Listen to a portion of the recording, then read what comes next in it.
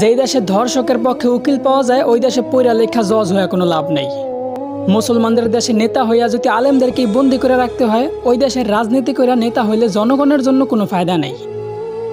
৯৫% মুসলমানের দেশে যদি মুসলমানদের কষ্টগুলাই তুলে ধরা না যায়, ওই দেশে নামি দামি সাংবাদিক হইয়াও কোনো লাভ নেই।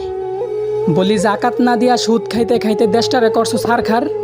এখন সূর্যের তাপ গায়ে লাগে, তাই তোমাদের বৃষ্টির দরকার।